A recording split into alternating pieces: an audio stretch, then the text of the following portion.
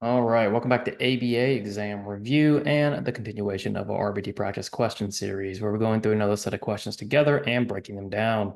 If you're new to the channel, welcome. If you're returning, welcome back. Please like and subscribe. Check out btexamreview.com for all of our study materials, including our combo pack. When you pass, let us know so we can include you in the Sunday shout out. Work hard, study hard. Let's get going. A professor who teaches his classes remotely is tired of his students not paying attention during virtual meetings. He wants to develop an intervention to change the behavior and starts to write a behavior goal that he hopes is both observable and measurable. Which of the following definitions would meet this goal?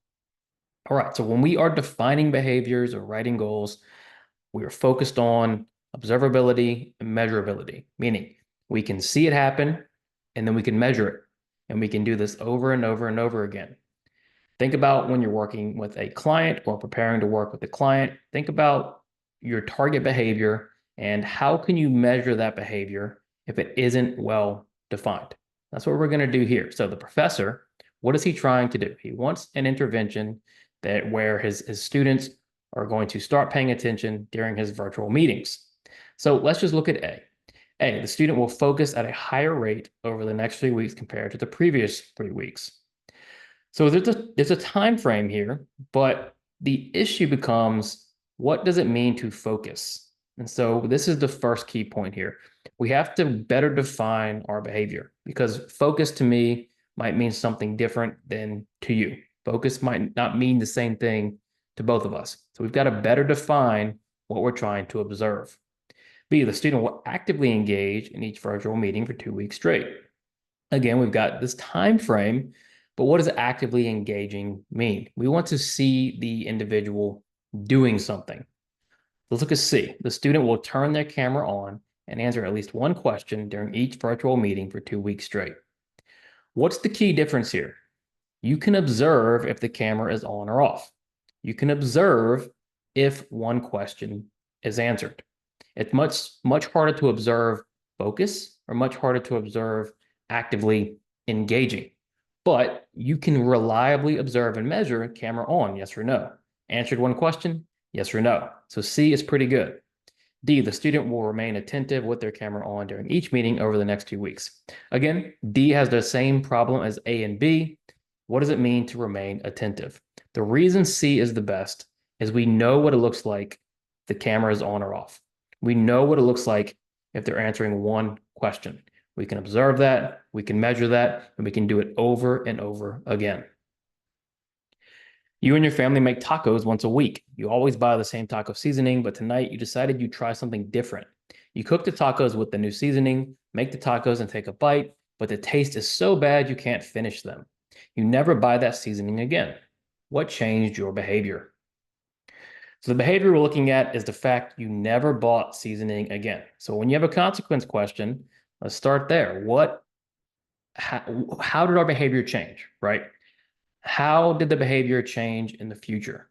Well, if you never bought that seasoning again, your behavior decreased. And if your behavior decreases, you were punished. Now, extinction can also decrease behavior, but in this case, it's reinforcement or punishment. So we know we've been punished, right? We know punishment was the consequence because your behavior decreased. That's a hard and fast rule. If your behavior increases, it's reinforcement. If it decreases, it's going to be punishment or extinction. So let's take a look. Is it positive or negative? Positive means the consequence was added. Negative means something was removed. So you cook the tacos, you take a bite, but the taste is so bad you can't finish them. So the consequence is that really, really bad taste. So is that taste added or taken away? Well, it's added. Once you took a bite, you got a taste of that horrible, horrible seasoning. And what happened? It punished your behavior of buying that seasoning, and you never did it again. So what changed your behavior? Well, we know it wasn't A or B. We know we weren't reinforced, so we can immediately rule those out. That leaves us with positive or negative punishment. We know it's punishment, and we know it's positive because the consequence was an added stimulus, which was the bad taste. So the answer here is going to be C, positive punishment. If you go step by step like that with consequence questions and you ask yourself, how did my behavior change? Did it increase or decrease? And then was something added or taken away? You're rarely going to miss these questions. These questions become very, very simple the more you practice and the more you do them. A paraprofessional at a group home would like to collect frequency data on 5 different teenagers. The paraprofessional has limited resources and will likely not be able to monitor all 5 teenagers at the same time. What type of measurement would likely be best in this situation? So we have a measurement question, which are typically pretty easy, but this one requires just a little bit more critical thinking. Let's take a look at the situation. We have a paraprofessional. They want frequency data on 5 different teenagers. Immediately, when you see we need to take data on more than one person, we have to start thinking in terms of how is it feasible? What are our resources? What does our time look like? Because taking data for one child is difficult enough. Taking 5, in this case, teenagers, is going to be very challenging. In addition, we know they have limited resources and they can't monitor all 5 at the same time. And that's the key in this question. If you can't monitor all 5 teenagers at the same time, are you able to continuously measure the behavior? No. Remember, we have continuous measurement and discontinuous measurement. With continuous measurement, we are measuring every time the behavior occurs. If we can't monitor all the teenagers all the time, we can't use continuous measurement. It's got to be discontinuous, where we are only measuring a sample or an interval of that behavior. So let's look at A. A, duration is continuous. A is out. B, frequency is continuous. B is out. C, time sampling is discontinuous and could work here. Why? With time sampling, we're only measuring at the end of an interval. It doesn't require the paraprofessional to monitor the teenagers constantly, just at the end of an interval. So time sampling would be a good pick. And then D, interresponse time, is also a continuous measurement, so we have to rule that out as well. The key here in this measurement question is understanding if we're not able to monitor all the people at all the same time, all the learners at all the same time, then you can't continuously measure behavior. With continuous measurement, you've got to capture every time that behavior occurs. If you can't do that, then you're going to have to try to find a better discontinuous way to measure that behavior. You want to establish a hierarchy of toys that your client has available to them at their house. Although your client struggles scanning a large array, you want to evaluate several items at once. You start by placing 4 items on a table. When one item is selected, you remove that item and rearrange the remaining items. You do this several times. What type of assessment does this resemble? So we have a preference assessment question clearly, right? Because you're trying to get a hierarchy of toys that your client has available to them, and you're trying to figure out their preference so we can get a reinforcer assessment going.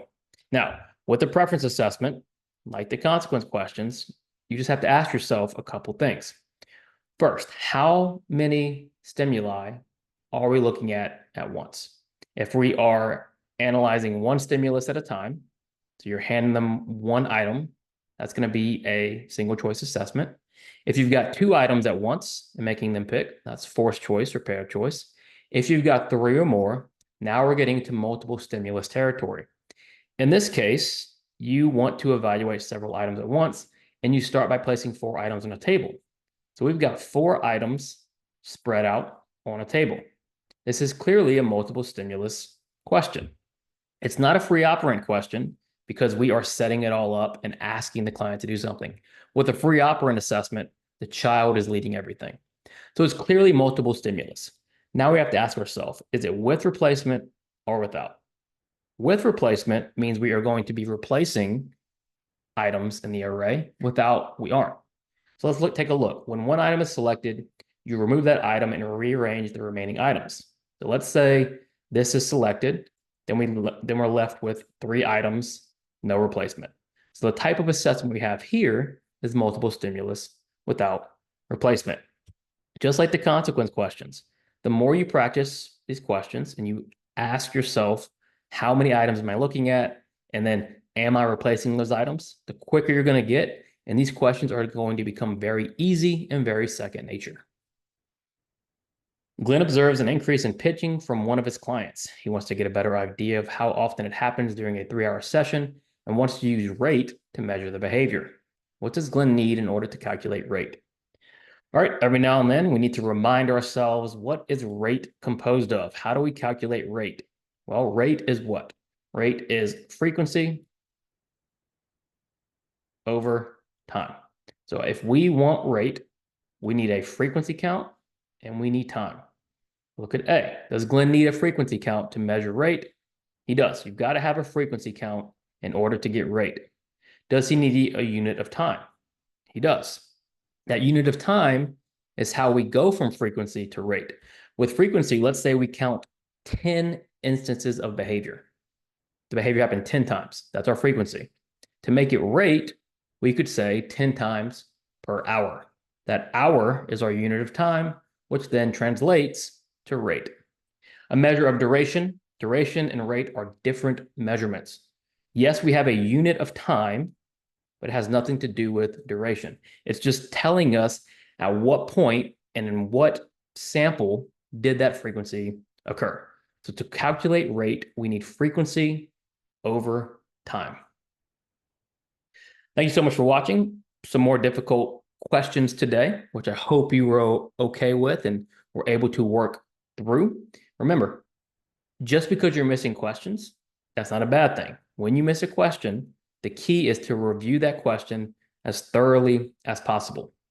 Be sure to subscribe if you aren't already. When you pass, let us know so we can include you in the Sunday shout out. Work hard, study hard. See you soon.